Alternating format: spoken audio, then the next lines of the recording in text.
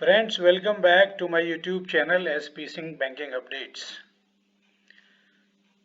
कल पार्लियामेंट में budget present कर दिया गया है और बजट में इकोनॉमी के हर सेक्टर के लिए बहुत सी घोषणाएं की गई हैं।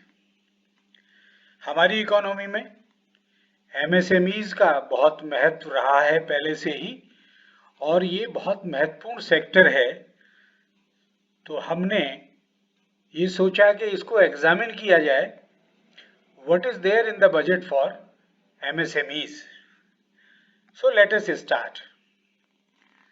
MSME हमारी इकोनॉमी के लिए महत्वपूर्ण क्यों है?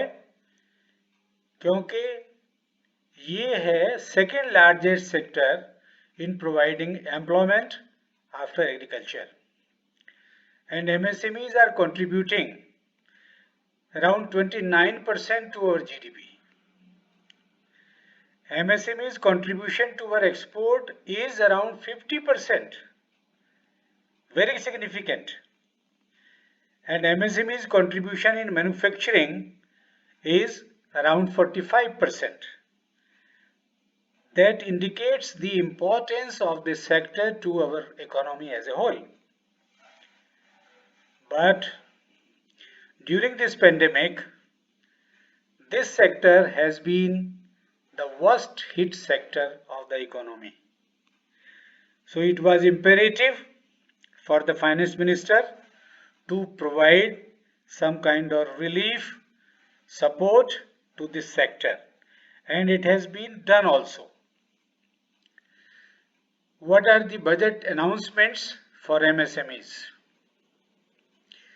ECLGS has been extended up to March 23.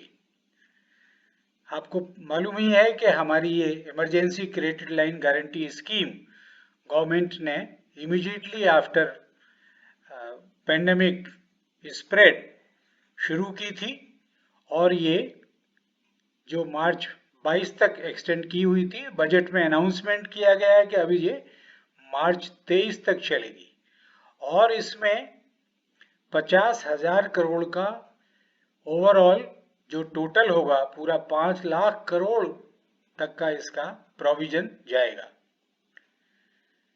तो 50,000 करोड़ से एक्सपेंड किया उसको और इसका अमाउंट 5 लाख करोड़ तक जाएगा इस स्कीम में। दूसरा, CGT MSE बहुत इंपॉर्टेंट कवर देता है MSE सेक्टर्स में और माइक्रो एंड स्मॉल एंटरप्राइजेस के लिए बहुत महत्वपूर्ण है इसका कवर। बैंकों को क्रेडिट एक्सटेंड करने में कोई हेजिटेशन, कोई दिक्कत नहीं होती है बिकॉज ऑफ दिस कवर। इसलिए इसमें भी एन एडिशनल क्रेडिट आउटले रखा गया है 2 लाख करोड़ का CGT MSE स्कीम के अंतर्गत। और ये एक नया प्रोग्राम अनाउंस किया है गवर्नमेंट ने, ये बहुत इंपॉर्टेंट इसको मानते हुए इसको नाम दिया गया है ramp, RAMP। Ramp is raising and accelerating MSME performance. ये प्रोग्राम, इसके लिए specific outlay for 5 years ₹6,000 crore और इसका इम्पैक्ट की क्या आशा की जाती है? The sector will become more resilient, competitive and efficient. Let us see further budget announcements. This is also very important. एक फंड क्रिएट करने जा रही है गवर्नमेंट जो नाबार्ड के साथ को इन्वेस्टमेंट मॉडल पर आधारित होगा और उस फंड से फाइनेंस किया जाएगा स्टार्टअप्स जो एग्रीकल्चर और रूरल एंटरप्राइजेस के सेक्टर में काम करेंगे, specifically for farm produce value chain creation. दोस्तों, आप जानते होंगे कि हमारे यहाँ एग्री वेस्ट बहुत होता है। एग्रीकल्चर सेक्टर में जो वेस्टेज है that is around 40%, particularly in vegetables and fruits, क्योंकि उनकी प्रोसेसिंग की फैसिलिटीज हमारे फार्म साइट्स पर नहीं है।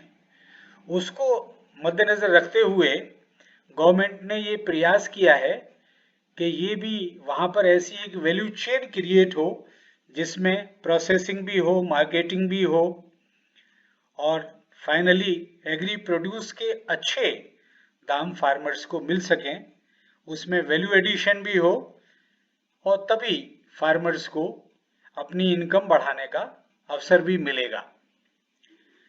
दूसरा, स्टार्टअप्स के लिए और बेनिफिट दिया है इन्होंने। स्टार्टअप्स के लिए पहले 3 कंसेक्यूटिव ईयर्स में आप अपने टैक्सेस का रिडम्पशन करा सकते थे। इस बजट के अनाउंसमेंट में इसे और 1 साल से बढ़ा दिया है, ऐसा प्रस्ताव है। बजट पार्लियामेंट में प्रेजेंट हो गया है। जब पास हो जाएगा तो ये 3 साल की जगह 4 साल हो सकता है। ये जितने स्टेप्स गवर्नमेंट ने पीछे लिए हैं, what is expected of those steps, what can be the impact. ECLGS को और 1 साल एक्सटेंड करने से हमारे इस सेक्टर को रिकवरी करने में बूस्ट मिलेगा, ऐसी आशा की जाती है। रैंप के माध्यम से सर्टेनली इस सेक्टर की कॉम्पिटिटिवनेस और प्रोडक्टिविटी में इंप्रूवमेंट होगा, ये भी आशा की जाती है। और स्टार्टअप्स को जो टैक्स इंसेंटिव्स दिए गए हैं, that will booster the small entrepreneurs, उनको बड़ी इससे लाभ मिलेगा, ऐसा उम्मीद की जा रही है। अब ये स्टेप बहुत इंपॉर्टेंट इन्होंने लिया है, जो घोषणा की है, Udyam, e-Shram, NCS and Aseem portal को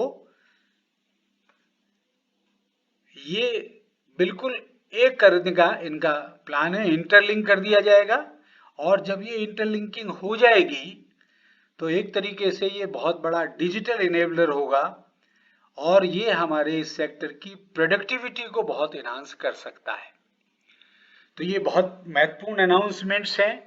MSME सेक्टर भी हमारा बहुत महत्वपूर्ण है।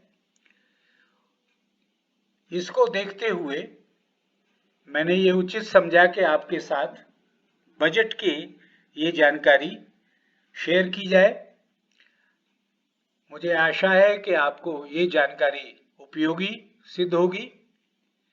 Please do like my video, share and subscribe to my YouTube channel. Thank you very much.